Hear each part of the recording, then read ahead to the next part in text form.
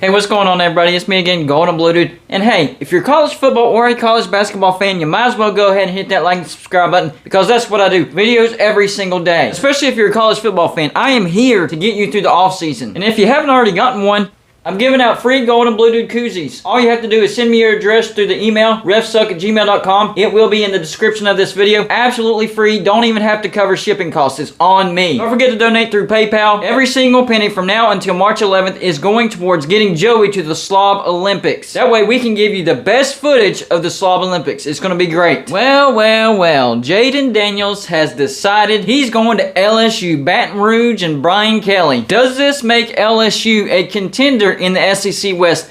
Maybe not necessarily a contender, but LSU could be a much better team this year. But not just because of Jayden Daniels. I like how the roster is starting to come together for LSU. So last year in 2021, LSU went 6-7, dead last in the SEC West. Here's how their schedule turned out. First game at UCLA, a loss, 38-27. And I predicted that. I tried to warn you LSU fans that was going to be a loss. After that, a win against McNeese, 34-7. Then a win against Central Michigan, 49-21. Then a win at Mississippi State, 28-25. That's not a bad start. But after that, they lost to Auburn, 24-19. Then they went on the road, lost to Kentucky, 42-21. They did beat Florida again, 49-42. Went on the road, lost to Ole Miss, 39-17. Stayed on the road, barely lost to Alabama, 20-14. Very close to winning that game. Then they lost to Arkansas in triple overtime, 16-13. They beat UL Monroe, 27-14. And they beat Texas A&M, 27-24 to get bowl eligible. They got to the Texas Bowl and got beat by Kansas State 42-20. So it was an up and down season. Not as bad as the end result looks. I mean, they beat some teams that they probably shouldn't have beaten, like Mississippi State and Texas A&M. So they are definitely looking to vastly improve from that this year. Of course, we already know LSU and former head coach Ed Orgeron mutually parted ways. Then LSU hires Notre Dame head coach Brian Kelly as their new head coach. That was a great move by LSU, by the way. They have the number 12 recruiting class for 2022. 1 5-star, 6 4-stars, and 8 3-stars. That's a pretty decent recruiting class. Almost top 10. And 247 Sports has them very high for winning the transfer portal, number 3. So that's pretty good too. They went out and got some people. And one of those people is now Jayden Daniels. He has decided to come to LSU. So I think there's going to be a very interesting quarterback battle in Baton Rouge. Let's look at Jayden Daniels over his career. In 2019, 205 for 338, the 60.7%, threw for 2,943 yards, 17 touchdowns, and just 2 interceptions. Dual threat quarterback. 125 carries for 355 yards, 2.8 yards a carry, and 3 touchdowns. 2020, 49 for 84, 58.3%, 701 yards, 5 touchdowns, just 1 interception, 33 carries for 223 yards, 6.8 yards a carry, and 4 touchdowns. And finally, this past year, 2021, 197 for 301, that's 65.4%, threw for 2,381 yards, 10 touchdowns, but interceptions. He got bit by the interception bug this past year. 138 carries for 710 yards, 5.1 yards a carry, and 6 touchdowns. True dual threat quarterback, adds an extra dimension to that offense. Here are the biggest names that LSU lost, either through the transfer portal or graduation. Defensive lineman Neil Farrell Jr., cornerback Derek Stingley Jr., that one's going to sting. Cornerback Eli Ricks, quarterback Max Johnson transferred to Texas A&M, linebacker Damone Clark, offensive tackle Austin Hewless. That's just their biggest names that they lost. They lost some more people, but those are the biggest names. So the quarterback battle for this year is going to be between Myles Brennan and Jayden Daniels. So here's what Myles Brennan did in 2020, the last year he started. 79 for 131, that's 60.3%, threw for 1,112 yards, 11 touchdowns, just 3 interceptions. LSU finished 4th in the SEC West, going 5-5. LSU had several wide receivers transfer out. Wide receiver Trey Palmer transferred to Nebraska. He had 30 receptions for 344 yards, 3 touchdowns. Wide receiver Deion Smith, no destination yet, 11 receptions for 186 yards, 2 touchdowns. Wide receiver Devontae Lee transferred to Louisiana Tech. He had 9 receptions for 85 yards, 1 touchdown. And also wide receivers Alex Adams and Coy Moore. But here's who they have this year at the wide receiver position. Wide receiver Jeray Jenkins, 34 receptions for 502 yards and 6 touchdowns. Wide receiver Kayshon Boutte, 38 receptions for 509 yards, 9 touchdowns. And they got the transfer from Louisiana, Kyrene Lacey, 22 receptions for 304 yards and 6 touchdowns. Now, on top of that, he's listed as a tight end, but he's used more as a wide receiver. Jack Beck Beck. I don't know how you pronounce that last name, so I'm sure you'll correct me in the comments section. 43 receptions for 489 yards and 3 touchdowns. Great target right there. Wide receiver Malik Neighbors, 28 receptions for 417 yards, 4 touchdowns. Wide receiver Chris Hilton, 2 receptions, 81 yards and 1 touchdown. Wide receiver Brian Thompson Jr., 28 receptions for 359 yards and 2 touchdowns. And they only got 1 receiver in the 2022 recruiting class. And that's wide receiver Landon Abida. I do think LSU is going to have a decent running game as well. They got running back John Emery, 75 carries for 378 yards, 5 yards a carry, 3 touchdowns. Running back Corey Kiner, 79 carries for 324 yards, 4.1 yards a carry, and 2 touchdowns. Running back Armani Goodwin, 16 carries for 65 yards, 4.1 yards a carry. I think he's going to get a lot more carries this year. Then there's the back and forth. Trey Bradford started at LSU, transferred to Oklahoma, and now transferred back to LSU. Last year he only had 2 carries at Oklahoma, 11 yards, 5.5 yards a carry, looking to redeem himself at LSU. But he better take it seriously. It looks like he's been very wishy-washy about things. And they also got the transfer from Penn State, Noah Cain, who was recovering from a serious injury last year, so his number's not all that great. 106 carries for 350 yards, 3.3 yards a carry. Now that he has a year under his belt after that surgery, maybe Noah Cain from Penn State can have a better year this year. He definitely has the capabilities. He had a great year in 2019. And even though the offensive line lost a great tackle in Austin DeCulis, I think LSU's offensive line is going to be pretty good this year as well. So the run support's going to be there. It's going to be there. They have great depth at the running back. They just need one of those to have a breakout year. My money's on John Emery. I think John Emery will have a breakout year this year. So great run support, a lot of people to throw to, and a great quarterback competition between Jayden Daniels and Miles Brennan. And we've seen Jayden Daniels get better and better as a passer. It's just last year he got bit by the interception bug. If he can clean that up, he can most definitely win this quarterback competition and give LSU an extra dimension at the quarterback position because his dual threat capability is off the charts. He definitely improved on that as well. So Jayden Daniels is a very, very dangerous player, but he has got to stop those interceptions. And he did well in 2019 and 2020, combining for just 3 interceptions.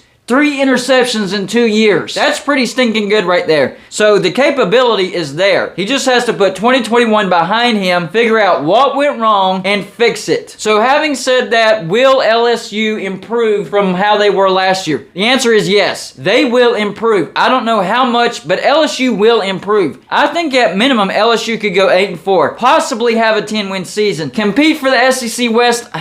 No, that's not going to happen.